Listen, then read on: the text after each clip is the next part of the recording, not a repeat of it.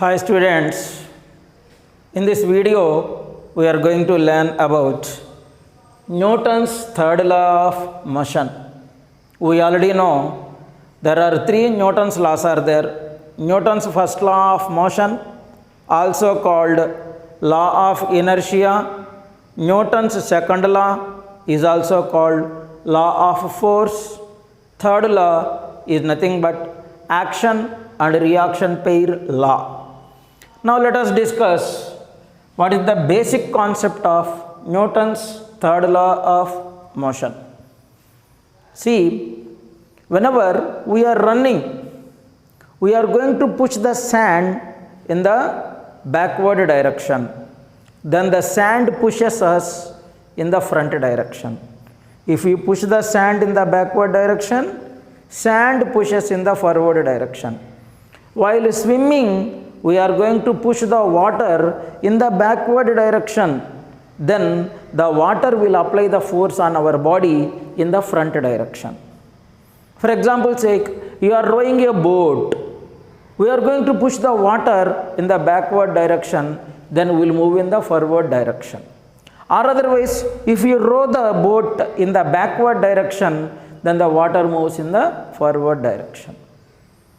That means here you are applying the force on the one object and the another object is also applying the force on you.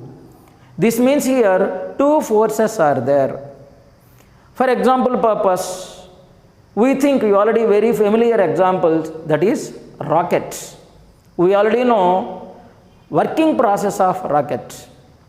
The fumes that is coming from the rocket from the bottom, they will apply the force on the ground.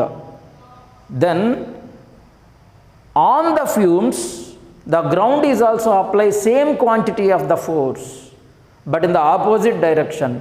For that sake only, the body moves in the upward direction. From this what we can say?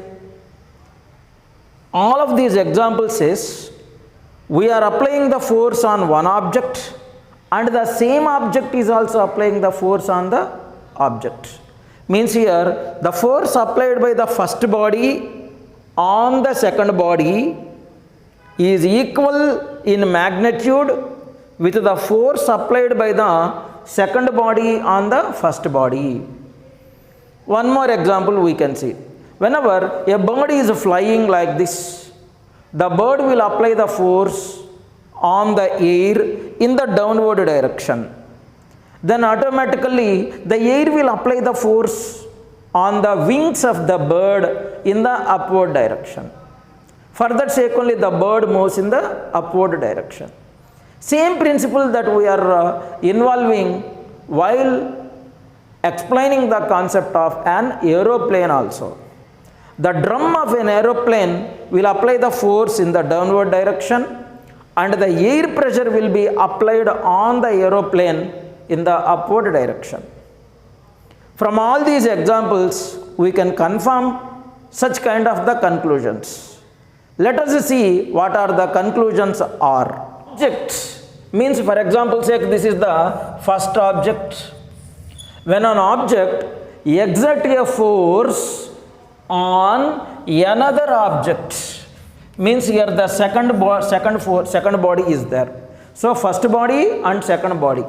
This means force applied by the first body on the second body. Then second object also exert force on the first object. This means force applied by the second body on the first body. If force applied by the first body on the second body, then the second body also apply the force on the first body. Now come to the second one. For every action, this means if the force applied by the first body on the second body is considered as action, then the force applied by the second body on the first body is considered as reaction. This means here two opposing forces are acting. One is force applied by the first on the second one and the force applied by the second one on the first one. The two opposing forces is known as action and reaction pair. See here, two bodies are must and should. This is only the main difference between first law, second law, and as well as third law. In the first and second laws, only one body can be existed. But in the case of Newton's third law, two bodies must and should be action and reaction pair. Now see the statement. For every action, this means for every f1 comma 2, there is an equal, means both of them are equal, but opposite in direction, so we can represent it as minus. So it can be explained as f12 is equal to minus f21. For every action, there is an equal and opposite reaction. This is only the main statement of Newton's third law of motion. Once again, the summarization: when an object is apply the force on another object, the second object also apply the force on the first one. This means there must and should be an action and reaction pair must be. Force applied by the first one on the second one is considered as action. The force applied by the second one on the first one is considered as reaction. Both of them are equal but opposite in direction. Let us discuss some more examples basing on a balloon experiment. Let us try to understand the Newton's third law of motion with a small balloon rocket activity. In this activity, we required a thread and as well as a straw, a balloon, plasticine tape. The tape which is used to tie the balloon and as well as straw. Right.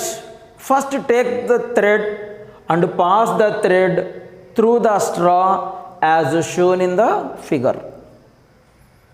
Now, in the next step, take a balloon. There is no air in the balloon. Blow the air into the balloon like here. By blowing the air, it should become inflated. Means it becomes bulge. Now tie the neck of the balloon by using a small thread. That will be there in the second step. Come to the third step. Tie the inflated balloon to the straw by using a plasticine tape. Now open the cock, means open the thread. What we can observe? The balloon moves in the forward direction, whereas well as the straw moves in the backward direction.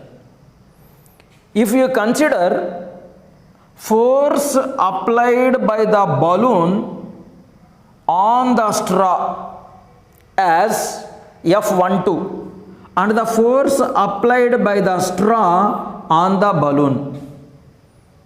Force applied by the balloon on the straw is equal in magnitude but in the opposite direction. What the thing is going on here? Whenever you open the thread, air that is coming outside from the balloon, apply the force on the balloon, so that the balloon moves in the forward direction and automatically the straw moves in the backward direction. How much force is applied by the air on the balloon, same amount of the force is applied by the balloon on the air. This means for every action there is an equal and opposite reaction. Let us study about this activity by using a lab activity. In this lab activity, what we can observe? Here a boiling tube is there.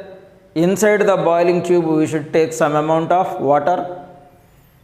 Then we should put a cork to the neck of the boiling tube, and then we should suspend it to the retort stand with a certain angle as shown in the figure. Now start boiling the boiling tube by using a Bunsen burner, then what happens? If you are going on heating water that present inside the boiling tube, absorb the heat. After absorbing the heat, water changes to water vapor. Water vapor. This water vapor apply the force on the cork. Then the cork moves in front direction. Then the boiling tube moves in the backward direction. Once again, cork moves in the front direction, whereas well as boiling tube moves in the backward direction. How? What the reason is there here? We can understand that the force applied by the boiling water on the cork, force applied by the boiling water on the cork as F12. At the same time, the force is applied by the cork on the boiling water is considered as F21. Means here, two forces are acting on two bodies. One force is acted by the boiling water on the cork, and the next force is force applied by the cork on the boiling water. Both of them are equal in magnitude but opposite in direction. So for that, the cork moves in the forward direction and the boiling tube moves in the backward direction. This means F12, that is the force applied by the boiling water on the cork, is equal in magnitude but in opposite direction to the force applied by the cork on the boiling water. So for that, the cork moves in the forward direction and the boiling tube moves in the backward direction. This is one more clear explanation about the Newton's third law of motion. For every action, there is an equal and opposite reaction. Basing on this Newton's third law only, applications of rockets are there. It's a very important thing nowadays. I think you understood the basic need of Newton's third law of motion in this video.